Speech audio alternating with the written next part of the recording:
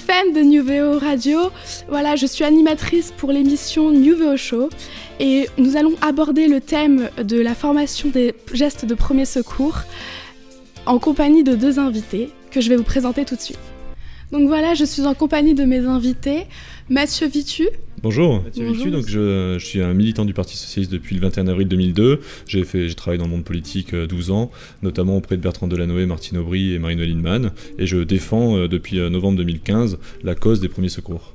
D'accord, enchanté. Enchanté.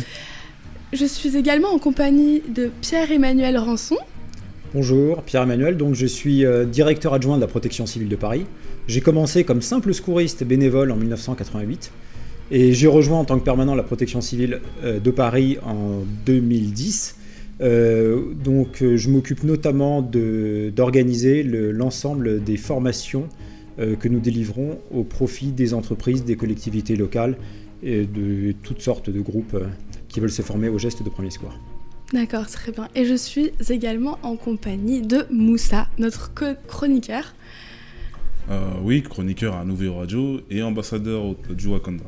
Enchanté. Ambassadeur du Wakanda en France. Donc, je voulais savoir d'abord on va aborder le thème des gestes de premier secours. Je voulais savoir d'abord quels sont ces gestes. Alors en fait, il y a un ensemble de gestes qui vont du geste très simple, par exemple se laver les mains sous l'eau du robinet avec un peu de savon parce qu'on s'est fait une petite plaie, finalement c'est déjà un geste de premier secours. Faire un massage cardiaque, donc des compressions thoraciques sur une victime en arrêt cardiaque, c'est également un geste de premier secours. Arrêter une hémorragie en appuyant avec la main sur l'endroit où ça saigne, c'est un geste de premier secours. Donc il y a tout un ensemble de gestes de premier secours. Et il y a une chose très importante à savoir, on n'est pas en médecine, au niveau du secourisme, les gestes de premier secours c'est quelque chose de simple, ce sont des gestes simples, des techniques simples. Néanmoins, il faut les enseigner pour qu'après ces gestes-là puissent être pratiqués par le plus grand nombre en cas d'accident. On dit souvent que la première personne qui est formée, la personne qui est formée au geste de premier secours, c'est le premier maillon de la chaîne de survie. J'aime bien cette expression de premier maillon de la chaîne de survie parce qu'on voit bien ce que ça veut dire et c'est absolument fondamental que la personne soit formée si elle veut être utile en cas d'accident. Et ça peut être utile dans énormément de situations. Moi, je vraiment me suis lancé dans ce combat à partir de novembre 2015 parce qu'il y avait eu les attentats et je m'étais demandé qu'est-ce que je pouvais faire à ce moment-là. Mais ça peut être utile dans les gestes dans la vie de tous les jours, les accidents de la vie courante, ça peut être utile en cas de problème au travail, dans un accident du travail, ça peut être utile en cas de malaise dans un moment sportif. Donc les gestes de premier secours sont vraiment, c'est absolument fondamental d'être protégé dans un grand nombre de situations de la vie de tous les jours. Quand vous parlez des moments sportifs, vous pensez à l'Euro ou au match de l'équipe de France qui peuvent provoquer des arrêts cardiaques ? Non, mais j'ai un exemple en tête tout récent, c'est David Ginola. David Ginola faisait un match de foot avec des copains dans le sud-est et à un moment, il a eu un arrêt cardiaque en faisant ce match de football. Et heureusement que Matt Pokora, qui était là juste à côté de lui, était formé au geste de premier secours parce qu'il a pu prodiguer les premiers soins et un massage cardiaque et ça a sauvé David Ginola qui, une semaine plus tard, était sur pied et aujourd'hui est sur M6 comme commentateur de l'Euro. Et je vais ajouter une chose, ce qu'il faut bien comprendre, notamment là on parle de l'arrêt cardiaque, c'est bien sûr la chose la plus importante, la plus grave. Une personne en arrêt cardiaque, toutes les minutes, c'est 10% de survie en moins. Donc au bout de 5 minutes, la personne est déjà là, il y a une chance sur deux qu'on arrive à la sauver ou pas. Donc ce qu'il faut bien comprendre, c'est qu'il y a eu une campagne très importante pour installer des défibrillateurs un peu partout. Pas autant que des extincteurs, mais maintenant il y a un nombre de défibrillateurs conséquent sur le territoire français. Par contre, on manque encore de personnes formées qui vont pouvoir justement, comme disait Mathieu, faire le premier maillon de la chaîne des secours, pouvoir aller en attendant les services de secours public, faire les premiers gestes de secours, poser un défibrillateur, lancer un massage cardiaque, idéalement dans les secondes, dans la minute qui suit l'accident. On passe une alerte correcte au service de secours, on augmente les chances de survie considérablement de la victime. Il faut avoir un chiffre en tête, c'est qu'en France, les secours après un accident mettent en moyenne 14 minutes pour arriver sur place.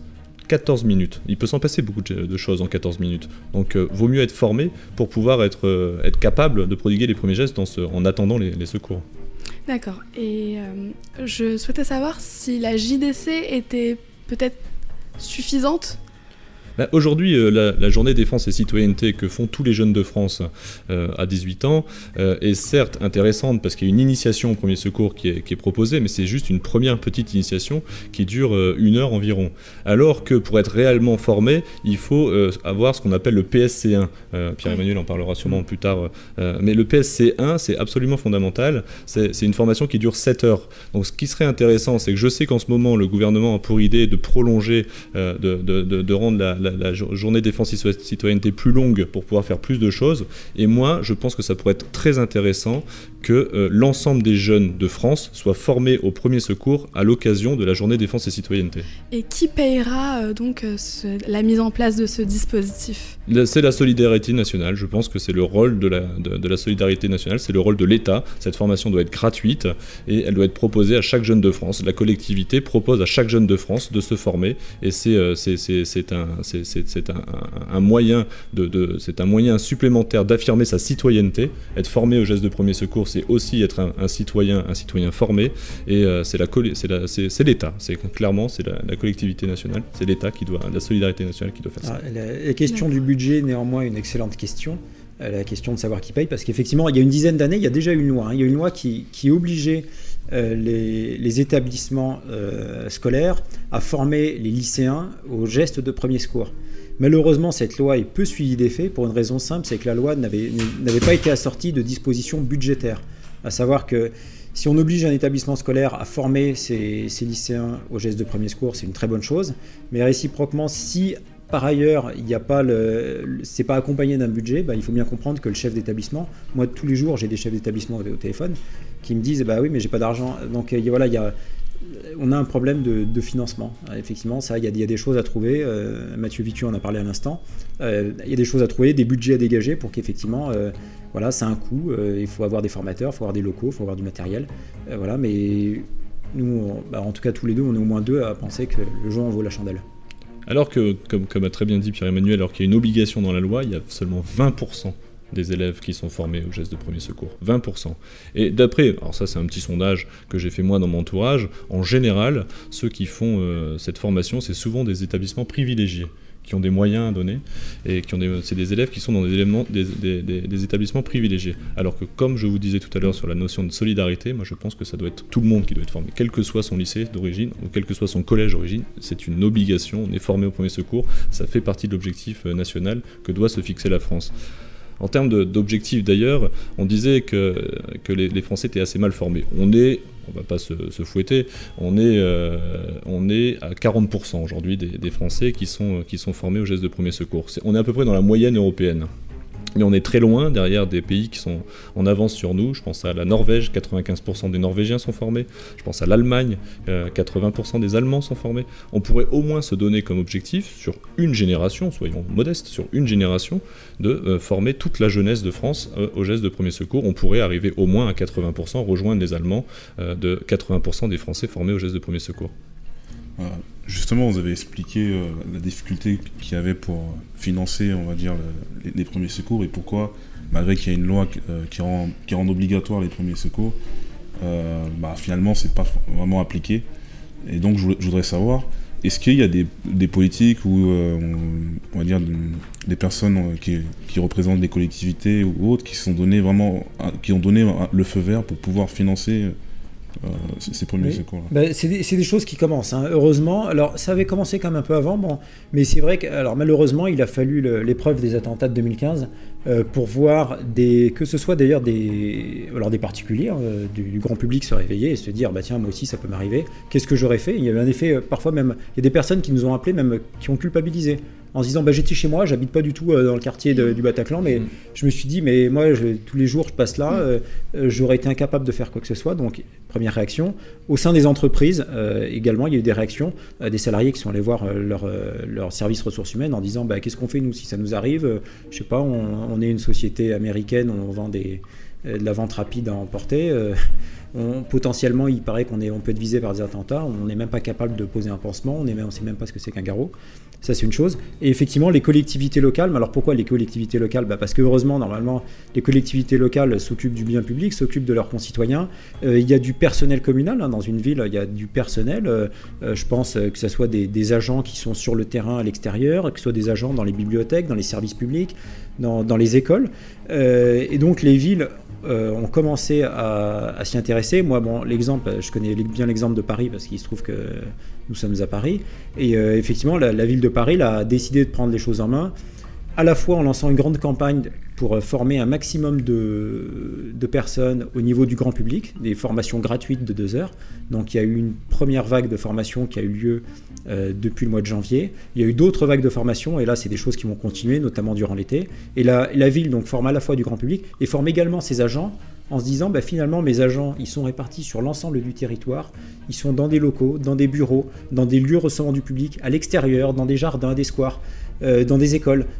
Et ça vaut le coup de former un maximum de monde au premier secours. Donc voilà, heureusement il y a des initiatives qui viennent d'être prises. Qui sont prises, oui. Alors pour rebondir sur ce que dit Pierre-Emmanuel, effectivement, la mairie de Paris est à l'avant-garde du combat sur les gestes de premier secours. Moi, je l'ai bien vu dans mon expérience personnelle. Moi, je suis arrivé sur le combat des premiers secours, donc je vous disais, après les attentats de Noël, je me suis dit, comme l'exemple cité par Pierre-Emmanuel, qu'est-ce que j'aurais fait dans cette situation ? Moi, je n'étais pas formé, je me suis rendu compte que je n'étais pas formé, j'aurais été complètement incapable d'agir. Je me suis dit, je ne suis pas formé au premier secours et j'ai besoin de me former. J'ai fait un petit sondage auprès de mes copains qui m'ont tous dit, nous non plus, on n'est pas formés au geste de premier secours et ça nous intéresse. Donc c'est à ce moment-là que je me suis dit, il y a vraiment, et j'ai commencé à regarder les rapports en France en me disant, mais quelle est la situation des gestes de premier secours en France ? Il y avait des notes qui avaient été publiées par le gouvernement, donc je les ai lues, j'ai regardé ça et ensuite donc je me suis dit, il faut qu'on fasse un effort, il faut qu'on progresse. Et donc j'ai écrit à plusieurs responsables de collectivités, à plusieurs ministres, et les premiers à m'avoir répondu, c'est la mairie de Paris, justement, c'est le cabinet d'Anne Hidalgo, qui m'a dit, effectivement, il y a un vrai sujet, il faut à tout prix qu'on forme les Parisiens aux gestes de premier secours. Et vous, qu'est-ce qui a suscité votre intérêt dès 1988 ? Alors moi, pour être tout à fait franc, je connaissais quelqu'un qui aimait passer ses week-ends à aller faire pimpon dans les camions pour aller secourir. C'est le côté un peu décharge d'adrénaline, quoi. On est comme là, on est dans un canapé bien installé, d'un seul coup il y a une sonnerie qui sonne, on part en courant, on va au camion, on va assez vite, on arrive 5 minutes après sur intervention, on ne sait pas ce sur quoi on va tomber, parfois des choses très légères, parfois des choses extrêmement graves. Bon là j'ai eu cette passion, je l'ai encore, même si je pratique beaucoup moins maintenant, j'ai cette passion du secours dans les veines. Après, pour rebondir sur ce que disait Mathieu à l'instant, il y a 2 sujets sur la formation au premier secours, mais qui ne sont pas du tout, qui sont à mon avis complémentaires, qui ne sont pas du tout opposés. Il y a effectivement, il y a eu les attentats, il y a encore malheureusement il y a une période très tendue sur le territoire français qui fait prendre conscience à chacun que c'est important de savoir faire des gestes de premier secours, de savoir sauver une vie, de savoir faire un massage cardiaque, de savoir poser un garrot. Mais indépendamment de ça, et ça existe depuis toujours, il y a toujours eu des accidents dont malheureusement on ne parle pas, c'est l'arrêt cardiaque subi, le cas de David Ginola on en a parlé parce que c'est quelqu'un de connu, mais tous les jours il y a des personnes qui courent dans la rue, qui en finissant un footing, au bureau, font un effort ou en montant des escaliers, exactement, qui font des arrêts cardiaques. Malheureusement, il y a un beaucoup trop faible nombre de ces personnes sur lesquelles il y a des gestes de secours qui sont entrepris. Quand tout va bien, les secours sont appelés très vite en disant le monsieur il va pas bien du tout, il est bleu. Là le pompier au bout du téléphone il dit tiens, il peut maintenant, ce qu'ils font même par téléphone, ils vous expliquent les premiers secours par téléphone. En l'espace de 30 secondes, ils vous disent tiens, vous le mettez sur le dos, vous allez faire des compressions thoraciques, on arrive, et vous essayez de trouver un défibrillateur, envoyer quelqu'un chercher un défibrillateur. Donc ça c'est génial, c'est quelque chose qui est nouveau, ça on pourra en parler plus tard. Et l'autre chose qui est importante, c'est que, alors je sais plus ce que je voulais dire, mais c'est pas grave, ça va me revenir. Non mais ce qu'il faut savoir c'est ça, c'est qu'il y a cet effet arrêt cardiaque, accident finalement classique, on n'en parle pas et on n'en parlait pas, et encore maintenant finalement on parle du secourisme mais on n'en parle pas tant que ça. Pourquoi ? Parce que c'est des choses qui arrivent tous les jours, quoi. C'est un peu comme les accidents de la route, tous les jours il y a des accidents de la route, on en parle uniquement quand il y a 5 morts d'un coup, mais sinon on n'en parle pas. Et ce qui est dramatique, c'est que, on en a parlé tout à l'heure, un arrêt cardiaque, quelqu'un qui est à peu près en bonne santé, qui fait un arrêt cardiaque subi, si très vite il y a le premier maillon de la chaîne des secours, très vite la personne a un massage cardiaque, très vite il y a quelqu'un qui va chercher des défibrillateurs, les chances de survie sont multipliées par 15. Donc ça vaut le coup. Je voulais revenir, vous avez parlé du fait qu'en France, on est très peu formés. Mais après, parmi les formés, il y a des personnes qui sont formées. Et je voulais savoir, pendant combien de temps leur formation, on va dire, n'est pas obsolète? Je te laisse... C'est une bonne question. Alors, il y a deux choses à avoir, hein. C'est très simple. Globalement, il y a des formations, il y a des textes réglementaires qui vous disent, monsieur, vous avez la formation A, au bout de 2 ans, elle est obsolète, il faut faire il faut arrêter. Bon, il faut suivre un recyclage. Voilà. Mais en dehors de ça, il y a... on estime, il y a des textes pour lesquels il n'y a pas de recyclage prévu. Tiens, la fameuse formation d'une journée, le PSC1 dont on parlait. Les textes officiels ne donnent pas. Donc, à la limite, au bout de 15 ans, votre diplôme est valable. Bon, il est valable réglementairement. Si on veut dire en pratique, pour voir si la personne sait faire des gestes de secours, moi j'estime qu'entre 3 et 5 ans, on va dire aux 5 ans maximum, c'est bien de faire au moins une piqûre de rappel. Hein, si vous avez fait une journée de formation, si vous pouvez faire une demi-journée tous les 5 ans, c'est même évident. Nous on le voit sur les formations, hein, on a des personnes qui viennent nous voir, qui n'ont pas pratiqué depuis 5 ans, elles ont raison de venir nous voir. Et maintenant, Pierre-Emmanuel Rançon va nous faire une démonstration de la position latérale de sécurité. À l'aide Tiffen s'était venu après avoir mangé du poulet. Bonjour madame, qu'est-ce qui vous arrive? Ouvrez les yeux, serrez-moi la main.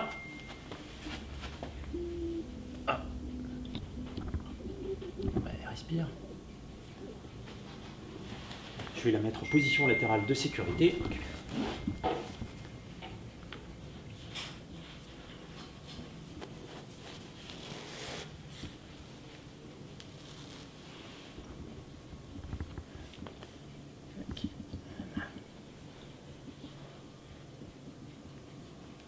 Voilà. Vous savez ce qui s'est passé, monsieur? Je sais pas, on regardait ensemble le match de l'équipe de France, après on s'est étouffé quand on avait vu le but de Giroud et j'ai pas pu réagir et je sais pas ce qu'il... Vous pouvez appeler les secours, s'il vous plaît? D'accord, j'appelle les secours. Vous savez faire et vous leur dites qu'il y a une personne inconsciente qui respire. Hein, je l'ai mise en position latérale de sécurité, je sais pas ce qui s'est passé, mais voilà, elle est allongée, hein, vous leur donnez bien l'adresse précise. Hein. D'accord. Vous raccrochez pas avant qu'il vous l'ait dit. Hein. Ok, je vais appeler les secours. D'accord. Hein, moi je la surveille, hein. Si vous avez une couverture après à m'apporter pour la couvrir, ce serait parfait. C'est ça? Ah voilà, c'est super. Merci beaucoup. Non, c'est pas mon portable, non, c'est pas. Je vais appeler le 112. Allô, bonjour. Secours? Oui, nous avons une personne inconsciente. Elle est inconsciente, mais elle respire. Là, pour l'instant, il y a quelqu'un qui a réussi à lui faire à la mettre en position latérale de sécurité. Elle est située à la Nouvelle Cave à Clichy. Quelle adresse? C'est 32 rue... 132 rue Marc, c'est ça? 132 rue Marc, ouais, c'est ça, c'est ça. C'est à côté de plein d'assos. Ouais, voilà, c'est ça. Donc, elle s'est évanouie, je sais pas pourquoi, elle n'a pas dû supporter le but de Giroud, je sais pas, peut-être c'est son poulet, je sais pas du tout. J'ai eu peur, et bon, heureusement que le monsieur était là, il a pu la mettre en position. Et, Très bien, monsieur, on arrive. Voilà, je vois qu'il y a un peu de son qui sort de sa bouche. C'est bon, monsieur, vous les avez prévenus? Ouais, c'est bon, je les ai prévenus. Bon, c'est parfait, les secours arrivent et prennent le relais. Alors Tiffen, il s'est passé quoi? Pourquoi tu t'es évanoui? C'est le but de Giroud? C'est quoi? Je pense que c'est le but de Giroud, ouais. Donc ouais, vous avez effectué une position latérale de sécurité. Exactement. Pourquoi vous n'avez pas laissé la victime allongée sur le dos? Alors c'est une excellente question, parce que souvent on pense qu'une victime inconsciente, il faut la laisser, ne pas la bouger. C'est vrai, hein, effectivement, une personne, on ne doit pas bouger une victime, sauf si effectivement il y a un danger imminent, hein, un éboulement, il y a une voiture qui arrive, donc on va soustraire la personne au danger en la retirant. Dans le cas de la position latérale de sécurité, en fait, on va juste retourner la personne, on va mettre la personne sur le côté. Alors pourquoi est-ce qu'on tourne la personne sur le côté? Une victime inconsciente qui respire. Pour une raison très simple, c'est que la victime, elle est inconsciente et respire là. Moi j'arrive, je vois qu'à la limite, on a presque l'impression que la personne dort, hein, et répond pas aux ordres. J'ai vu de façon évidente que la personne respirait, j'ai basculé la tête en arrière et j'ai vu que la victime respirait. Le grand risque, même le principal risque chez une victime inconsciente, c'est la présence de liquide au niveau des voies aériennes, hein, c'est-à-dire au fond de la gorge. Quand on est allongé, s'il y a des liquides, des sécrétions, ça peut être du sang, ça peut être, que sais-je, on peut vomir aussi, on peut avoir des remontées au niveau de l'estomac. Et s'il y a du liquide au niveau de l'estomac, lorsque la victime est consciente, ça ne pose aucun problème parce qu'on va tousser, on va se mettre à vomir, il n'y a pas de problème. Là, chez une victime inconsciente, le risque, il y a une perte de tonus musculaire, et le risque, c'est que la personne respire les liquides qui sont présents au fond de la gorge. Et ça veut dire quoi? Tout simplement, ça veut dire qu'il va y avoir de l'eau au niveau des poumons. Et le grand risque, c'est d'avoir une personne qui finalement va se noyer avec ses propres liquides qui sont au fond de la gorge. Donc pour éviter ça, déjà pour contrôler la respiration, pour bien basculer la tête, on a bien basculé la tête en arrière pour éviter que la langue soit au fond de la gorge. Et après, on retourne la personne donc en position latérale de sécurité, la technique que nous avons vue, tout simplement pour permettre à la langue déjà d'aller vers le bas, vers l'entrée de la bouche, et aux éventuels liquides de sortir vers l'extérieur, et de ne pas stagner au fond de la gorge. Encore une fois, pour permettre à la respiration de se faire de façon efficace et sans difficulté. J'ai appris, moi, la position latérale de sécurité lors de ma formation PSC1. Au début, c'est un peu difficile, mais finalement, vous voyez, c'est quelque chose de très faisable. D'accord, très bien. Eh bien, je vous remercie d'être venu. Donc voilà, j'espère que cette vidéo vous a permis de vous intéresser un peu plus aux gestes de premier secours. Mathieu Vitu a créé une page Facebook, j'espère que vous pourrez la joindre. Abonnez-vous, n'hésitez pas. Ça s'appelle Plan Premier Secours sur Facebook. Voilà. J'espère que cette vidéo vous a plu et n'hésitez pas à vous abonner à notre chaîne sur YouTube. À bientôt.